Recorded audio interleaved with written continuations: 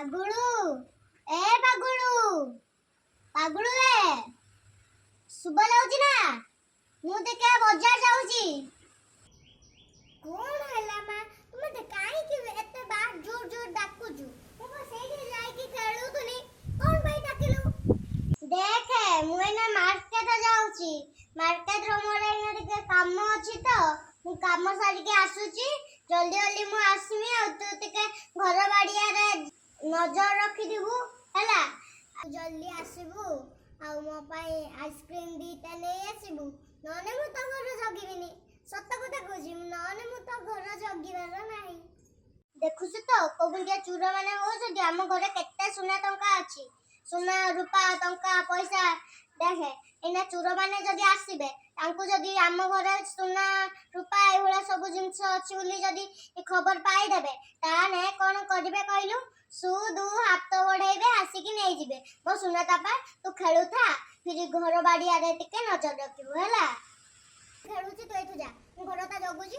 ଦେଖିବା କେତେବେଳେ ଚୋର ଆସିକି ଆମ ଘରରୁ ସବୁ ସୁନା ଟଙ୍କା ରୂପା ନେଇଯିବ। ମୁଁ ଏଇଠି ଅନେଇଛି, ତୁ ଯା। ତୁ ଜଲ୍ଦି ଆସିବୁ, ତୁ ଯା, ମୁଁ ଏଇଠି ବସିକି ଖେଳୁଛି। ଆଚ୍ଛା କହିଲୁ ବାପା, ଚୋର ମାନେ ଯଦି ଘରେ ପଶିଲେ ତୁ ଦେଖିବୁ ତାହେଲେ କଣ କରିବୁ? ନା ଯଦି ଚୋର ଆସୁଛି ତାହେଲେ ମୁଁ ସୁଦୁ ପୁଲିସ ବାଲା ନମ୍ବରକୁ ଫୋନ କରିକି କହିବି ଆମ ଘରକୁ ଚୋର ଆସିଛି। ତା ନମ୍ବର ହଉଛି 100। ହଉ ରେ ବାପା, ଯଦି ଚୋର ମାନେ ଆଗ ଆଡୁ ନ ପଶିକି ପଛ ଆଡୁ ପଶିଲେ ତାହେଲେ ତୁ କଣ କରିବୁ? କଣ କରିବୁ? ଯଦି ଚୋର ଆଗ ପଟରୁ ନ ଆସିକି ପଛ ପଟରୁ ଆସେ ତାହେଲେ ମୁଁ ପୁଲିସ ବାଲା ନମ୍ବରକୁ ଯୋଉ ମୁଁ 100 ସିଧା ଲଗାଉଥିଲି ସେଇଟାକୁ ମୁଁ ଉଲ୍ଟା ଲଗେଇଦେମି। ତା ନମ୍ବର ହଉଛି 001। ପୁଲିସ ବାଲା ଆଗ ପଟରୁ ନ ଆସିକି ପଛ ପଟରୁ ଆସିକି ତାକୁ ଧରି ନେବା। କଣ କରିମି ମୋ ସୁନାଟାକୁ?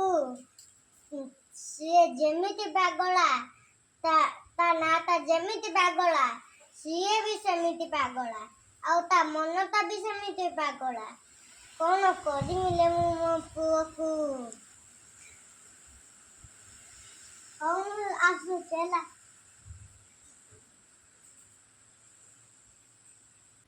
ଆମ ଭିଡ଼ିଓକୁ ଯଦି ଭଲ ଲାଗିଥାଏ ଆପଣଙ୍କୁ ତାହେଲେ ଗୋଟେ ଲାଇକ୍ ଆଉ ଗୋଟେ ସବସ୍କ୍ରାଇବ୍ ଆଉ ଗୋଟେ କମେଣ୍ଟ କରିଦେବେ।